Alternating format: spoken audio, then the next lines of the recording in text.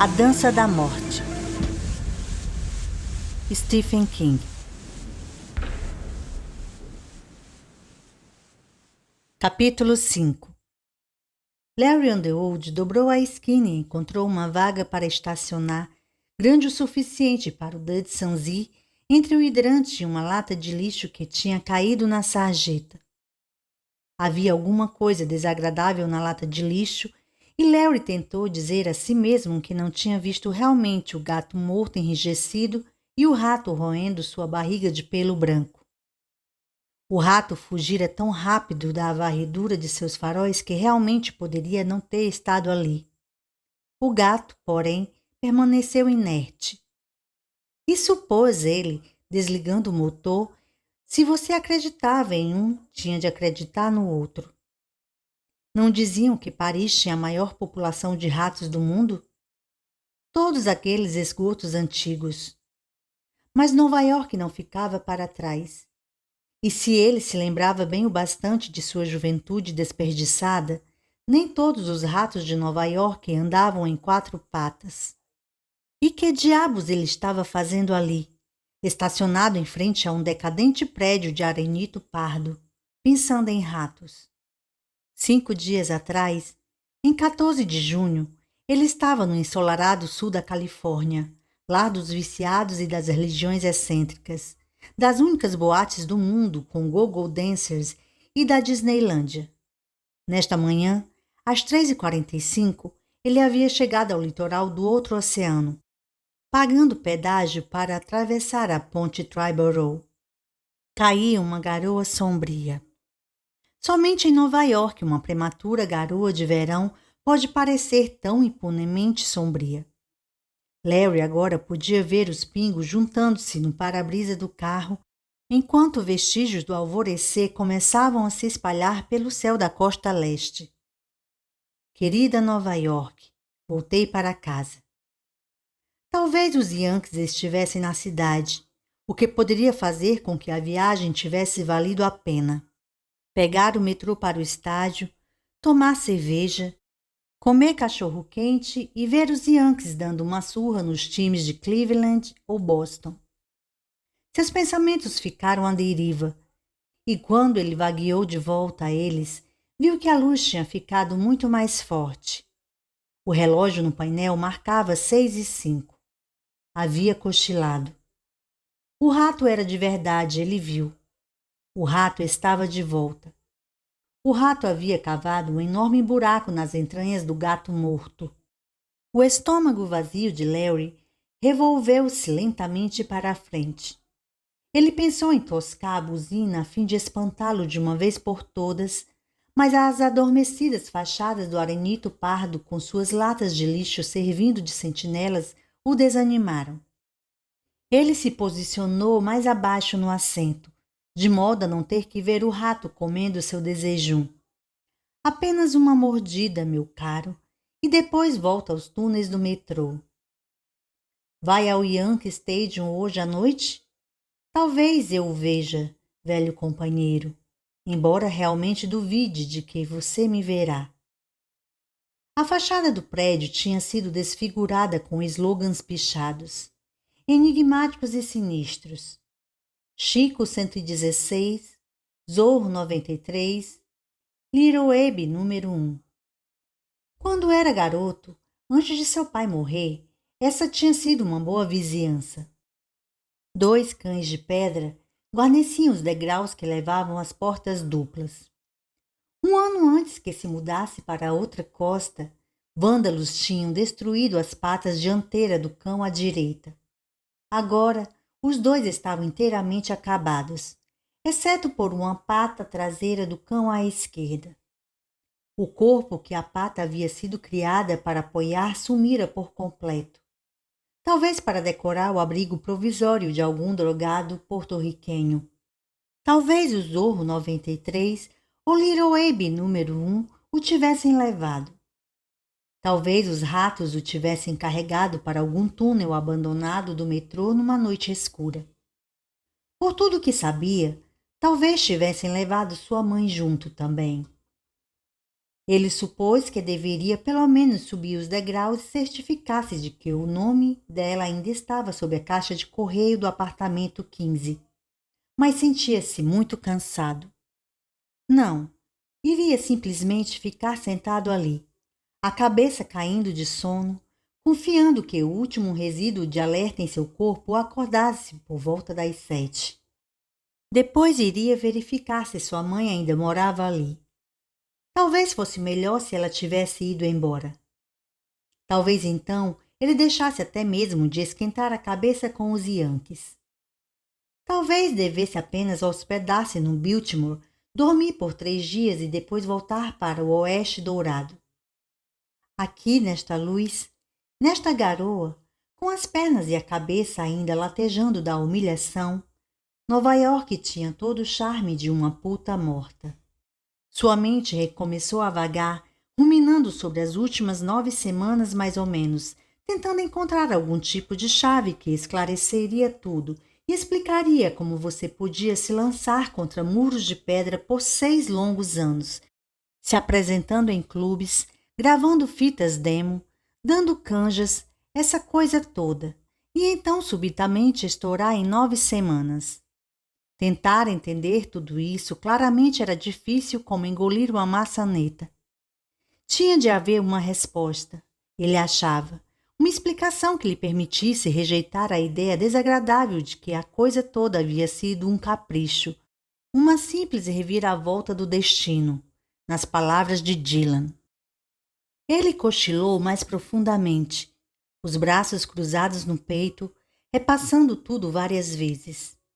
E constatou com espanto que tudo isso era uma coisa nova, como um contraponto grave e sinistro. Uma nota no limiar da audibilidade tocada num sintetizador, ouvida em uma espécie de enxaqueca que agia em você como uma premonição. O rato escavando o corpo morto do gato, mascando ruidosamente, apenas procurando por alguma coisa saborosa. É a lei da selva, meu chapa. Se você está nas árvores, precisa aprender a balançar. Tinha começado realmente há 18 meses.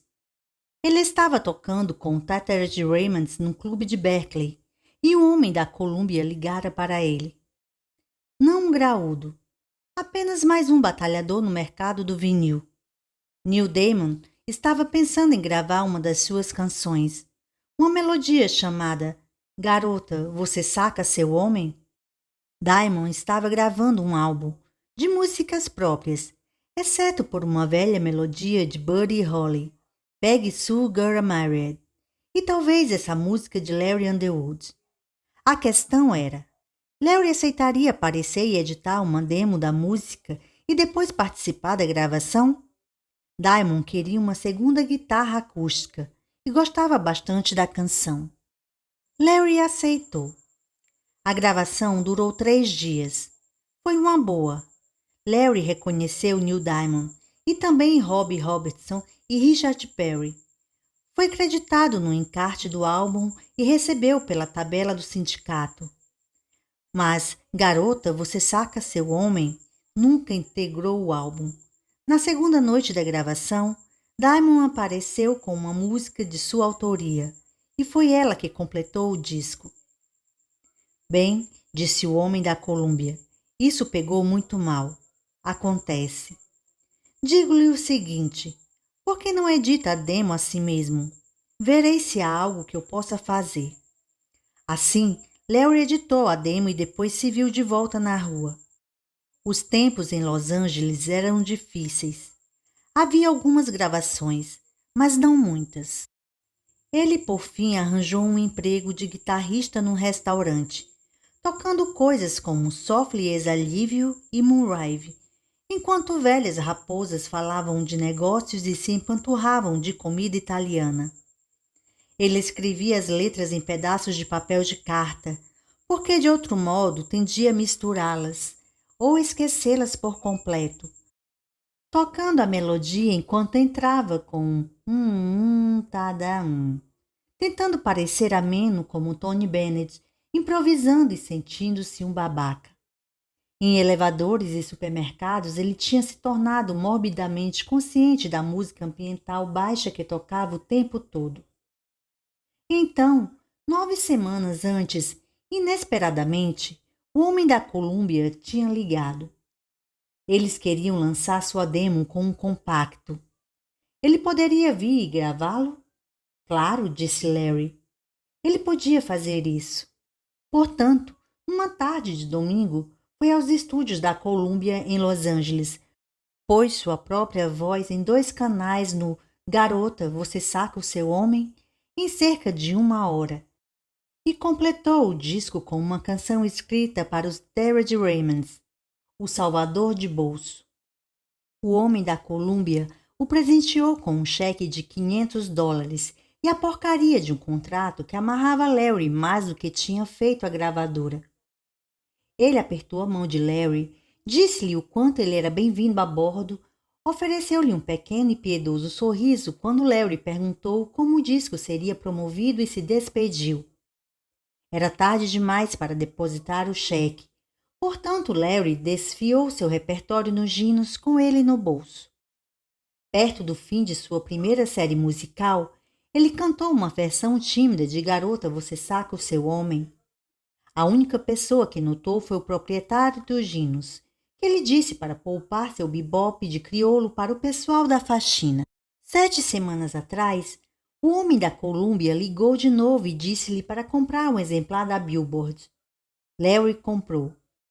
Garota, Você Saca o Seu Homem era uma das 3 faixas de destaque para aquela semana. Larry ligou de volta para o homem da Colômbia, que lhe perguntou se gostaria de almoçar com alguns dos verdadeiros maiorais, para discutir o álbum. Todos ficaram satisfeitos com o compacto, que já estava sendo tocado em Detroit, Filadélfia e Portland, Maine. Dava a impressão de que ia pegar. Tinha vencido o concurso Batalha de Sons por 4 noites consecutivas em uma estação soul de Detroit. Ninguém parecia saber que Larry Underwood era branco. Ele se embebedava no almoço e mal notou o gosto do salmão. Ninguém pareceu se importar com ele ter enchido a cara. Um dos chefões disse que não ficaria surpreso se visse Garota, Você Saca Seu Homem ganhar um Grammy no ano seguinte. Tudo isso retinia gloriosamente nos ouvidos de Larry. Ele se sentia como num sonho e, ao voltar para seu apartamento, teve a estranha certeza de que seria atropelado por um caminhão e que tudo terminaria. Os chefões da Colômbia tinham-no presenteado com outro cheque, dessa vez de $2.500. Quando chegou em casa, Larry pegou o telefone e começou a fazer ligações. A primeira foi para a morte de Gino Green. Larry lhe disse que arranjasse outro para tocar Yellow Bird enquanto os fregueses comiam sua repugnante massa mal cozida. Depois ligou para qualquer um em que pudesse pensar, incluindo Barry Griggs dos Raymonds. Em seguida, saiu e foi comemorar até cair de bêbado e se levantar de novo. 5 semanas antes, a música tinha entrado na lista das 100 melhores da revista Billboard, em 89º lugar. Era um estouro. Aquela foi a semana de primavera em que tinha vindo realmente para Los Angeles, e numa brilhante e radiosa tarde de maio, com os prédios tão brancos e o oceano tão azul que podiam arrancar seus olhos e fazê-los rolar pela cara como bolas de gude, ele ouvira seu disco no rádio pela primeira vez. 3 ou 4 amigos estavam lá, inclusive sua atual garota, e estavam lentamente alterados pela cocaína. Larry voltava da cozinha com um pacote de biscoitos Toll House, quando ouviu o familiar slogan da rádio KOMT, Nile Music. E então Larry tinha sido trespassado pelo som da sua própria voz saindo dos altos-falantes técnicos. Eu sei que não disse que estava baixando. Sei que você não sabia que eu estava no pedaço. Mas, garota, você pode me dizer se alguém pode? Garota, você pode sacar o seu homem? Ele é um cara legal. Diz aí, garota, você saca o seu homem? Meu Deus, sou eu! Ele dissera. Deixou cair os biscoitos no chão e depois ficou parado de boca aberta, numa imobilidade pétrea, enquanto seus amigos aplaudiam. 4 semanas antes, sua música pulara para o 73º lugar na lista da Billboard. Ele começou a sentir como se tivesse sido impelido violentamente para um antigo filme mudo, onde tudo se movia rápido demais. O telefone não parava no gancho. A Columbia estava implorando pelo álbum, querendo aproveitar o sucesso do single. Um idiota maluco de uma tal de A&R ligou 3 vezes num dia, dizendo-lhe que ele tinha de ir à Record One, não agora, mas ontem, e gravar um remake de Hang On Slope, dos McCoys. Como continuação. Um sucesso! O retardado continuava gritando.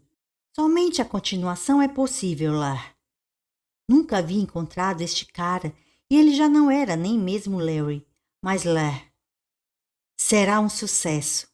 Quero dizer, um sucesso do cacete.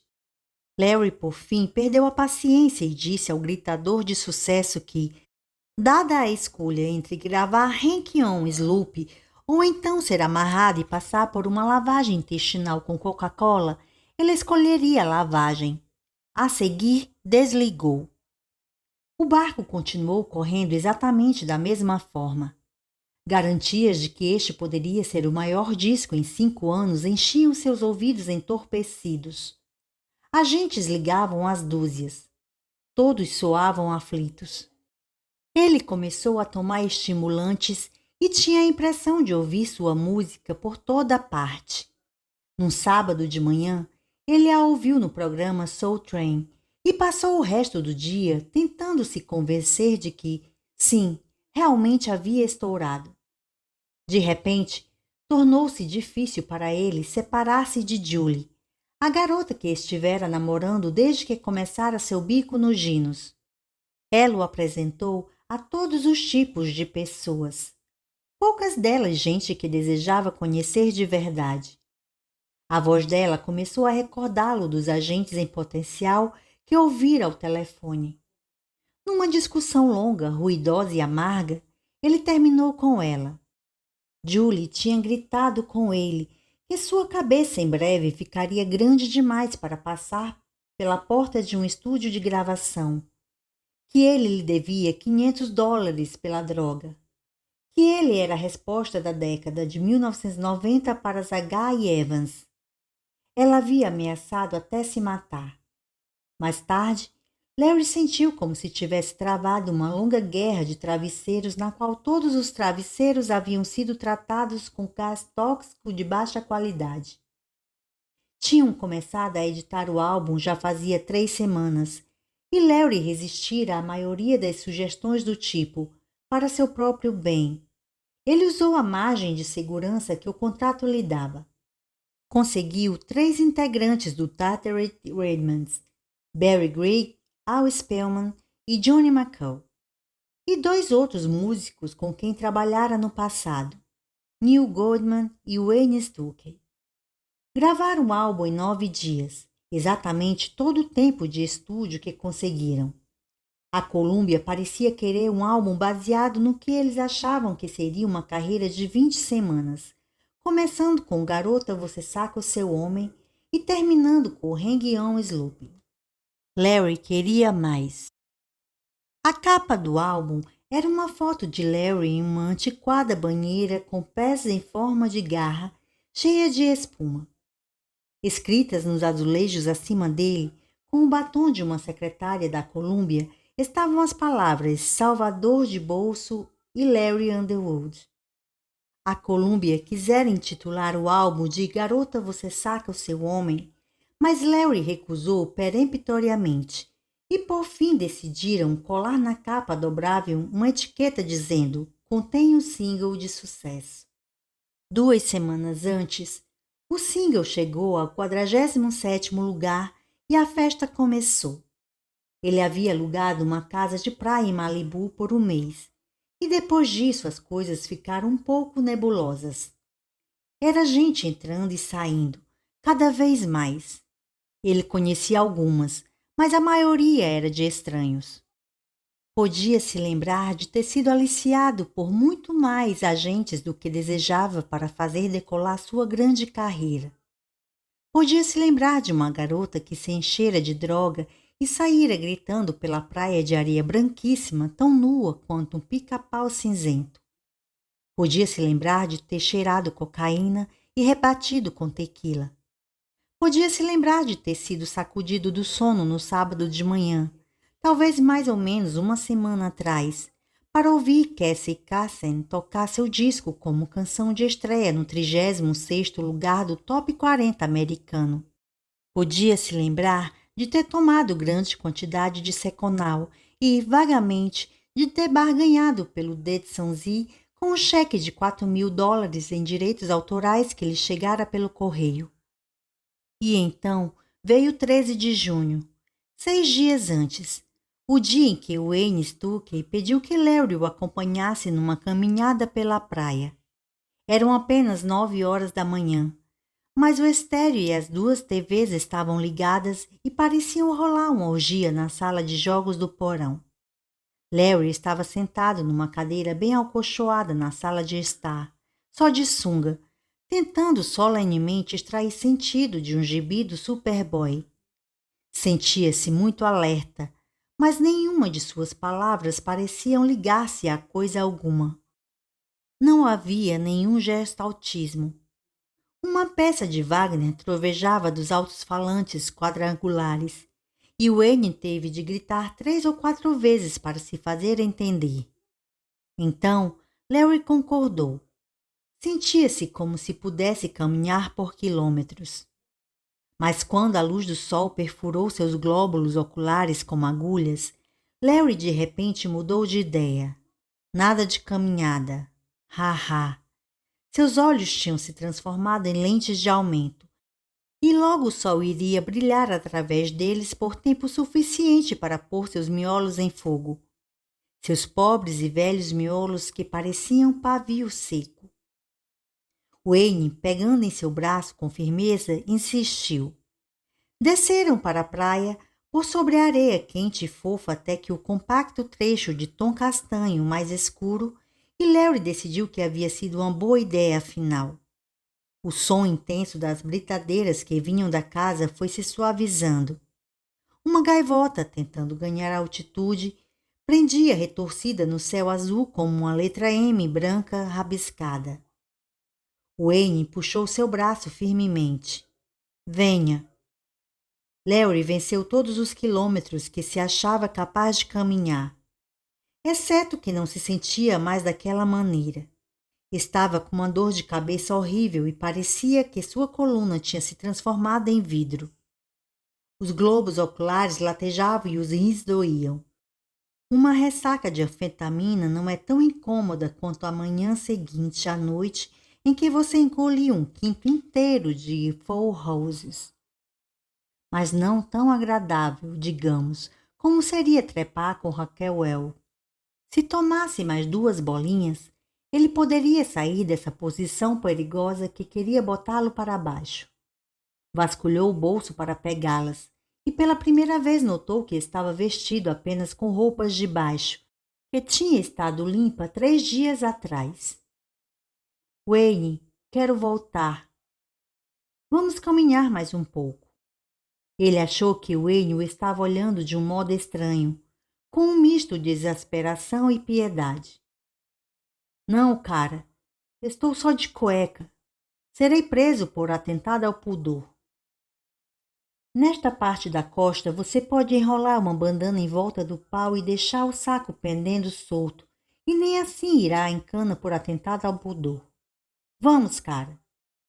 Estou cansado, disse Larry resmungando. Começou a ficar puto com Wayne.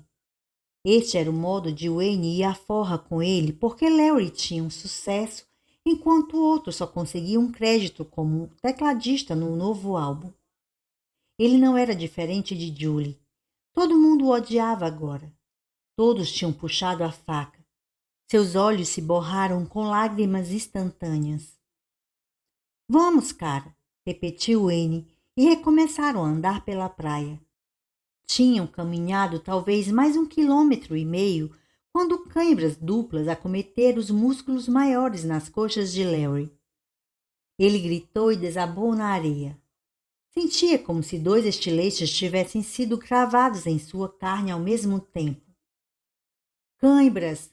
Gritava. Ah, cara, cãibras! Wayne agachou-se ao lado dele e fez alongamento em suas pernas. A agonia bateu de novo, e então Wayne pôs-se a trabalhar, golpeando os músculos contraídos, massageando-os. Por fim, os tecidos famintos de oxigênio começaram a se descontrair. Larry, que estivera aprendendo a respiração, começou a arquejar. Ah, cara, disse. Obrigado. Essa foi feia. Claro, replicou Wayne sem muita simpatia. Aposto que foi, Larry. Como está se sentindo agora?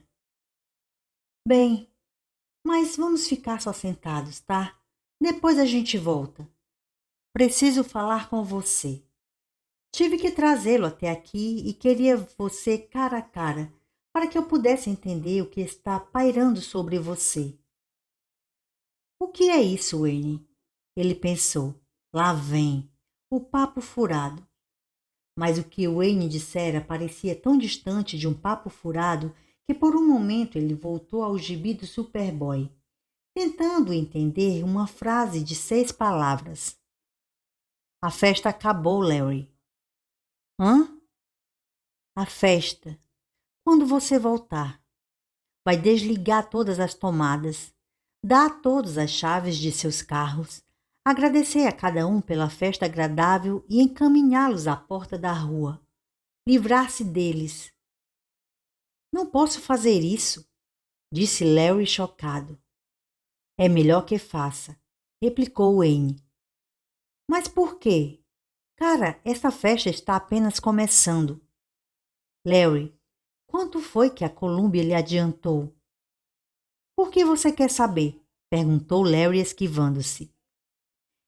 Está achando que quero explorar você, Larry? Pense bem. Larry pensou e, despertando do atordoamento, se deu conta de que não havia nenhuma razão para que Wayne Stuck quisesse se aproveitar dele. Ele ainda não tinha realmente se consolidado e estava correndo atrás de trabalho como a maioria das pessoas que havia ajudado Larry a gravar o álbum. Mas, ao contrário delas, Wayne provinha de uma família endinheirada e estava em bons termos com ela. O pai de Wayne era dono da 3ª maior empresa de jogos eletrônicos do país, e os Stuckey possuíam uma casa modestamente palaciana em Bel Air. Atônito, Larry percebeu que sua súbita e boa fortuna parecia café pequeno para Wayne. Não, acho que não, disse ele rispidamente. Desculpe, mas parece que todo vigarista em busca de otários a oeste de Las Vegas. Quanto então? Larry pensou. 7.000 no total. Eles estão lhe pagando direitos trimestrais sobre o single e semestrais sobre o álbum? Isso.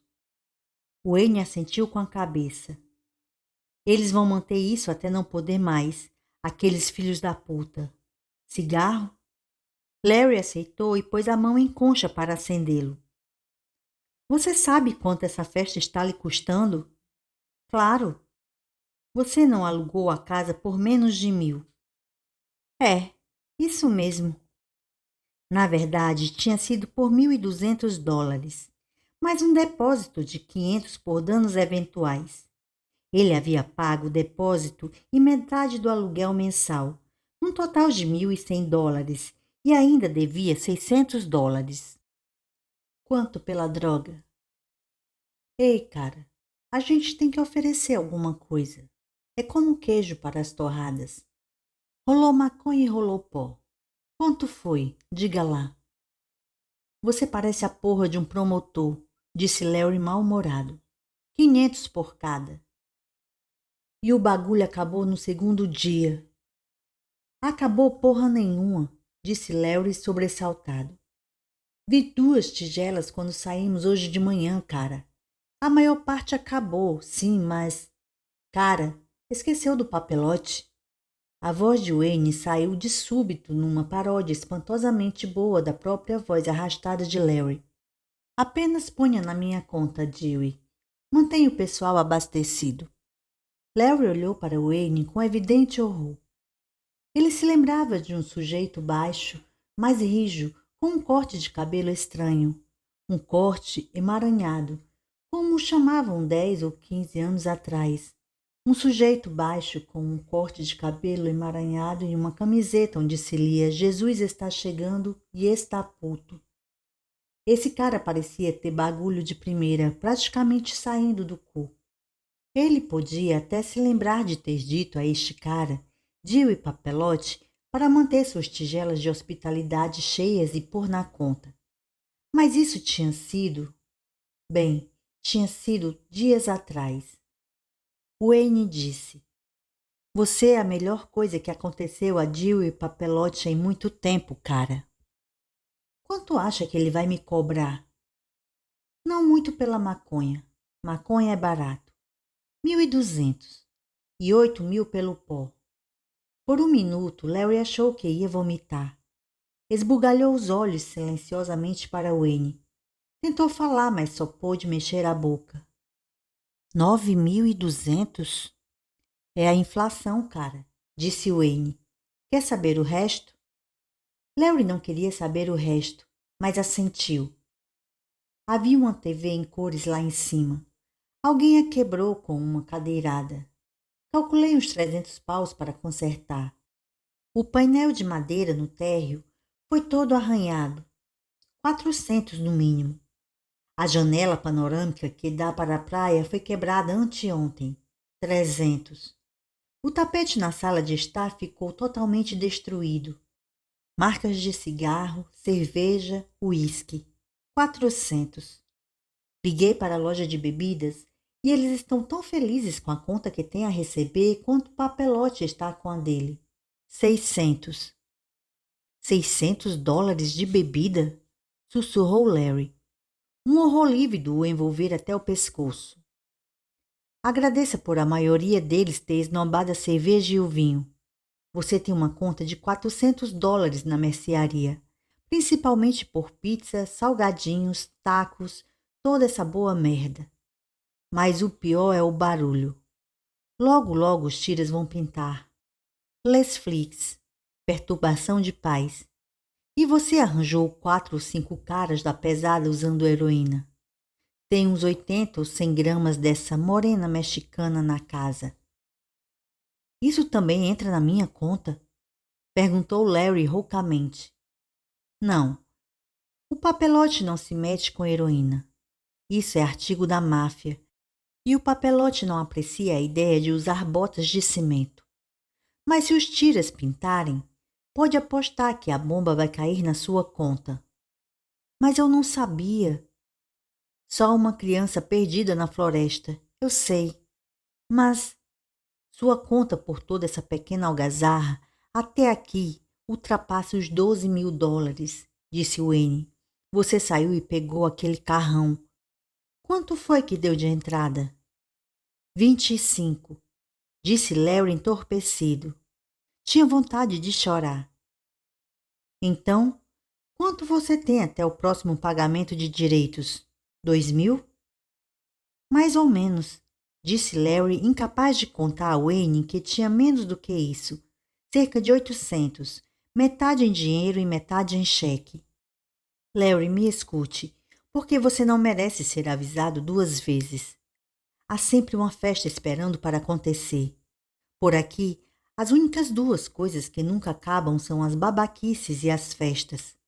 Eles chegam correndo como passarinhos procurando por insetos no dorso de um hipopótamo. Agora estão aqui. Tire-os das suas costas e mande-os embora. Larry pensou nas dezenas de pessoas na casa. A essa altura, conhecia talvez uma de cada 3. A ideia de mandar embora todos aqueles desconhecidos fez sua garganta querer se fechar. Perderia a boa impressão que causara. Opondo-se a este pensamento veio a imagem de Dewey Papelote reabastecendo as tigelas de hospitalidade, tirando um caderninho do bolso de trás e anotando tudo ao final de sua conta. Ele, seu corte de cabelo e sua camiseta da moda. Wayne observou-o calmamente enquanto ele vacilava entre esses dois quadros. Cara, eu vou ficar parecendo o cara mais escroto do mundo, disse Larry finalmente, odiando as palavras fracas e desaforadas enquanto saíam de sua boca. Eles vão xingá-lo pra caramba. Vão dizer que você está ficando metido à besta, esquecendo os velhos amigos. Só que nenhum deles é seu amigo, Larry. Seus amigos de verdade viram o que estava acontecendo 3 dias atrás e caíram fora. Não é divertido ver que um amigo está fazendo merda e nem mesmo se dá conta. Então por que você está me falando isso? Perguntou Larry, subitamente furioso. A raiva se projetava de dentro dele conforme percebia que todos os seus verdadeiros bons amigos tinham caído fora e, em retrospecto, todas as justificativas pareciam inaceitáveis. Barry Grigg o havia chamado à parte e tentara falar com ele, mas Larry estava completamente aéreo e simplesmente assentira e sorrira, indulgente para Barry. Agora imaginava se Barry não estava tentando lhe dar este mesmo esporro. Essa hipótese o deixou ao mesmo tempo embaraçado e furioso. Por que você está me falando isso? Repetiu. Fico com a impressão de que você não gosta tanto assim de mim. Não, mas também não desgosto de você. Mais do que isso, cara, eu não posso dizer. Poderia deixar você se ferrar nessa parada, já que teria sido bastante para você. O que está querendo dizer? Você vai mostrar a eles, porque tem um lado durão. Existe algo em você que é como uma mordida em papel alumínio. Seja lá o que for que leva alguém ao sucesso, você tem. Terá uma pequena e bela carreira. Em 5 anos, ninguém mais se lembrará de sucessos passageiros.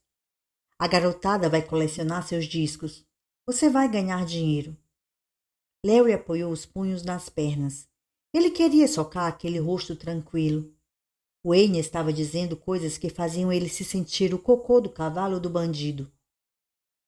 Volte e acabe com a farra, disse Wayne suavemente. Depois entre naquele carro e vá embora. Se manda, cara. Fique bem longe até saber que o próximo cheque de direitos autorais está esperando por você. Mas, Dewey, vou achar alguém para conversar com Dewey. Será um prazer, cara. O cara vai falar pro Dewey esperar por seu dinheiro como um bom menino, e Dewey ficará contente em colaborar.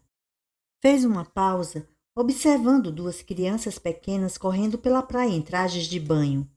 Um cachorro correndo atrás delas, latindo alto e alegremente para o céu azul. Larry se levantou e se forçou a agradecer.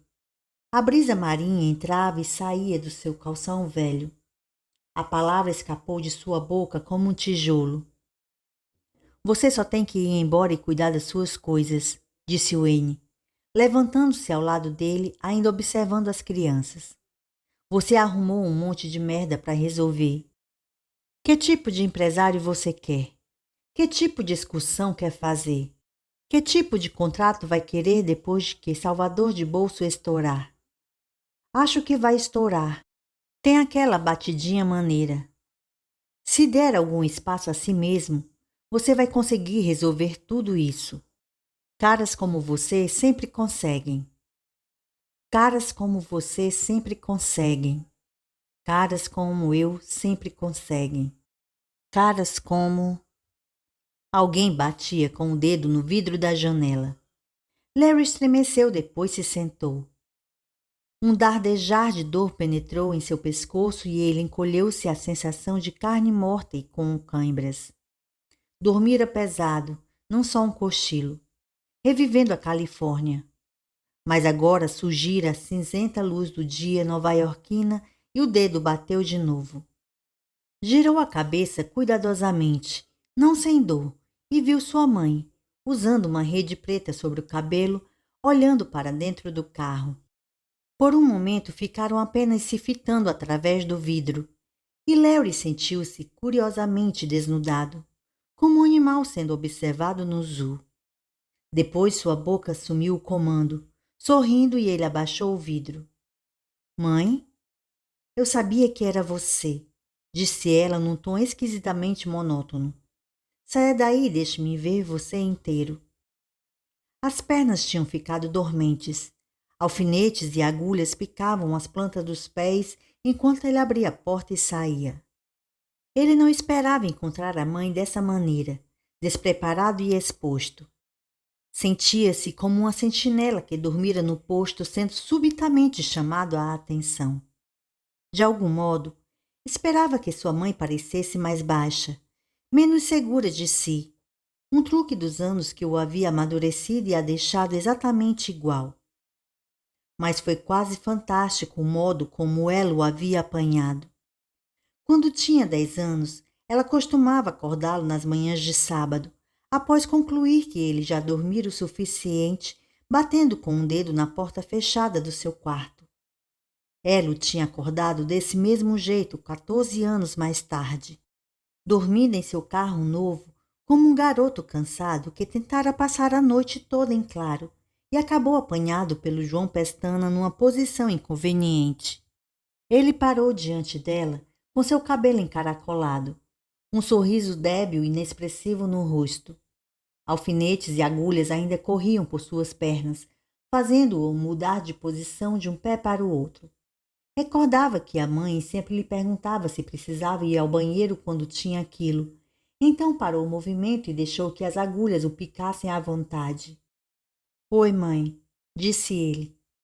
Ela o olhou sem dizer nada, e um pavor se empoleirou subitamente no coração dele, como um pássaro maligno retornando ao velho ninho.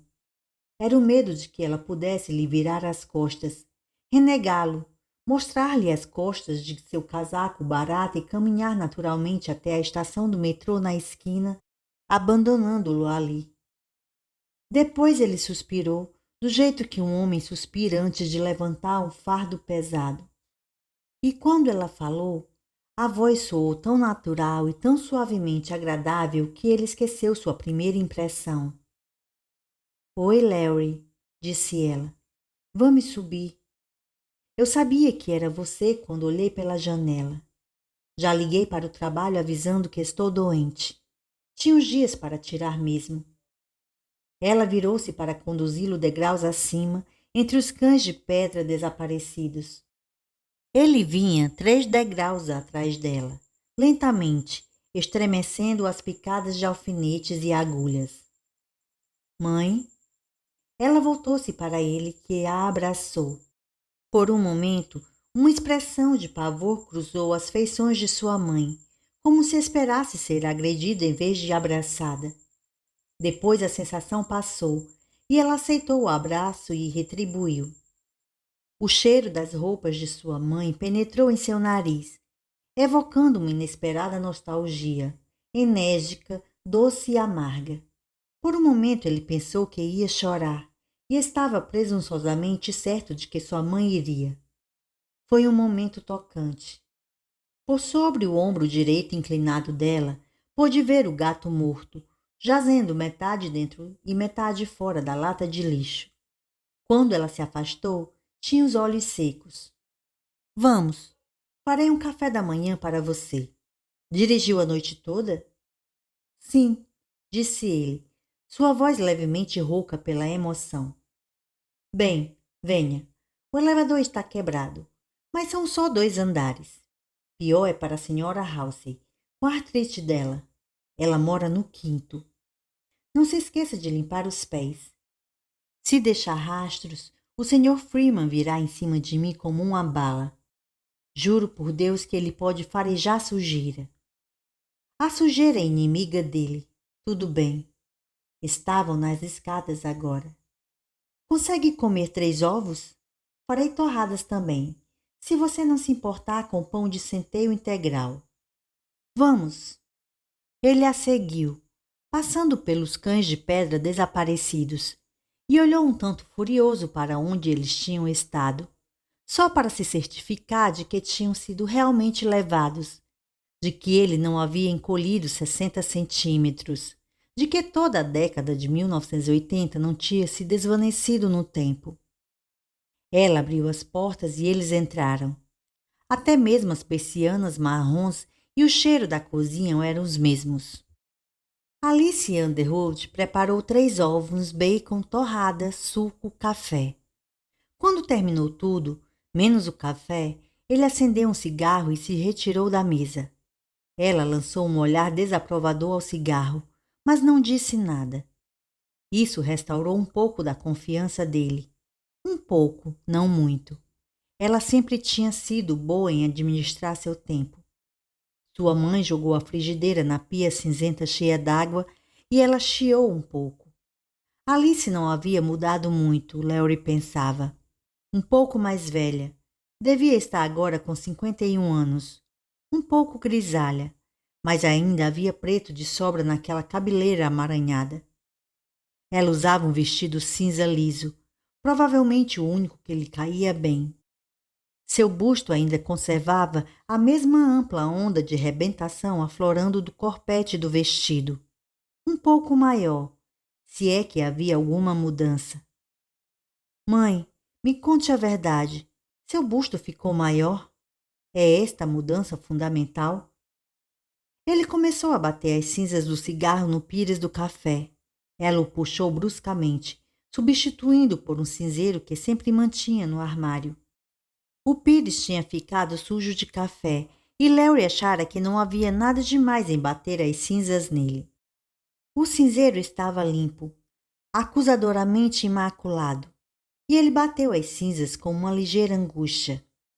Ela podia esperar o momento propício enquanto disparava pequenas armadilhas, até que seus tornozelos ficassem ensanguentados e você estivesse pronto para começar a tagarelar. Então você voltou, disse Alice, pegando uma esponja usada que estava sobre uma travessa de torta e usando-a para limpar a frigideira. O que eu trouxe aqui? Bem, mãe, este meu amigo me pôs por dentro dos fatos da vida. Os babacas se movem em bandos, e dessa vez estavam atrás de mim. Não sei se amigo é a palavra certa para ele.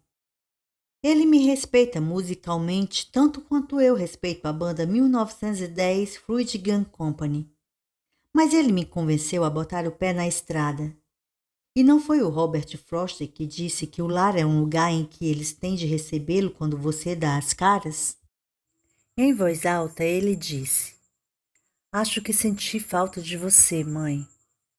Ela riu com desdém. É por isso que me escreve com frequência? Não sou muito de escrever cartas. Ele agitava seu cigarro lentamente para cima e para baixo. Anéis de fumaça se formavam da ponta e flutuavam no ar. Pode repetir isso? Sorrindo, ele disse: Não sou muito de escrever cartas. Mas você continua sendo espertinho com a sua mãe. Isso não mudou. Desculpe, disse ele. Como tem passado, mãe? Ela pôs a frigideira no escorredor, puxou o tampão da pia e limpou a espuma do sabão das mãos avermelhadas. Não tão mal, disse ela, vindo para a mesa e se sentando-se. Minhas costas doem às vezes, mas tomo minhas pílulas. Mantenho sob controle. Não teve mais crises desde que parti? Ah, só uma vez, mas o Dr. Holmes cuidou disso. Mãe, esses quiropráticos são simplesmente charlatões, ele ia dizer, mas se conteve. São o quê?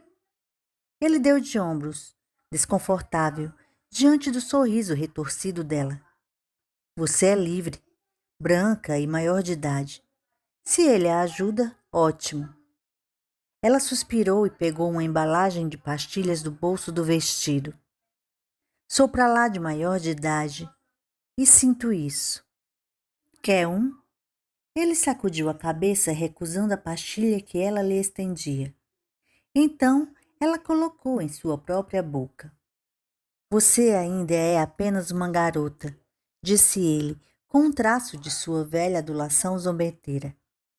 Ela sempre gostara disso, mas agora apenas uma sombra do sorriso lhe chegou aos lábios. Novos homens em sua vida? Vários, disse ela. E quanto a você? Não, respondeu ele sério. Nada de novos homens. Algumas garotas sim, mas nenhum homem novo. Ele havia esperado uma risada, mas só conseguiu a mesma sombra de sorriso. Eu a estou perturbando, pensou. É isso aí. Ela não sabe o que eu estou querendo aqui. Ela não passou esses 3 anos esperando que eu desse as caras. Só queria que eu desaparecesse. O mesmo Larry de sempre, comentou ela. Nunca fala sério. Não está comprometido? Não sai com alguém regularmente? Sou um franco atirador, mãe. Sempre foi. Pelo menos nunca chegou em casa me dizendo que engravidou uma boa garota católica. Isso eu tenho que reconhecer. Você foi ou muito cauteloso, ou muito sortudo, ou muito educado. Ele fez um esforço para se manter inexpressivo. Era a primeira vez na vida que ela falava sobre sexo com ele, direto ou indiretamente. De qualquer modo, você vai aprender, disse Alice. Dizem que os solteiros se divertem muito mais. Nem tanto. A gente fica velha e cheia de rabugice, como o Sr. Freeman. Ele conseguiu aquele apartamento no térreo e está sempre na janela esperando por uma brisa. Larry deu um resmungo. Tenho ouvido aquela sua canção no rádio, continuou Alice. Digo às pessoas, é o meu filho, é Larry. A maioria delas não acredita. Já ouviu a música? Ele se perguntou por que ela não havia mencionado isso logo de cara, em vez de ficar levando todo aquele papo furado. Claro, toca toda hora naquela estação que as garotas ouvem, a Rock. E você gosta?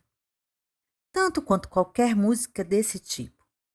Ela o fitou com firmeza. Acho que algumas delas soam sugestivas, indecentes. Ele se pegou arrastando os pés e forçou-se a parar. Ela devia soar somente apaixonada, mãe. É tudo. Seu rosto enrubesceu. Jamais havia imaginado estar sentado na cozinha de sua mãe discutindo paixão. Lugar de paixão é no quarto, replicou ela, curta e grossa, encerrando qualquer discussão estética a respeito do seu disco. Também aconteceu alguma coisa com a sua voz. Está parecendo a de um negro. Agora? Perguntou ele, divertido. Não, no rádio. Aquele som bem mulato, ela devia achar o maior barato. Cantarolou Larry, aprofundando a voz ao nível de Bill Withers e sorrindo. Desse jeito mesmo, ela sentiu. Quando eu era garota, a gente achava que Frank Sinatra estava usando. Agora eles têm esse rap. Rap é o que eles chamam. Eu chamo de gritaria. Ela o fitou relutante. Pelo menos não tem gritaria no seu disco. Eu ganho direitos autorais, disse ele. Uma percentagem de cada disco vendido. Isso equivale a... Ah, chega, disse ela e fez um gesto de dispensa com a mão. Sempre fui reprovada em matemática. Eles já lhe pagaram ou comprou aquele carrinho a crédito? Eles ainda não me pagaram grande coisa, disse ele, patinando à beira da mentira, mas sem entrar direto nela. Dei uma pequena entrada pelo carro e estou financiando o resto. As condições do crédito fácil, disse ela sombria. Foi assim que seu pai acabou falindo. O doutor disse que morreu de ataque cardíaco, mas não foi disso. Foi de falência cardíaca.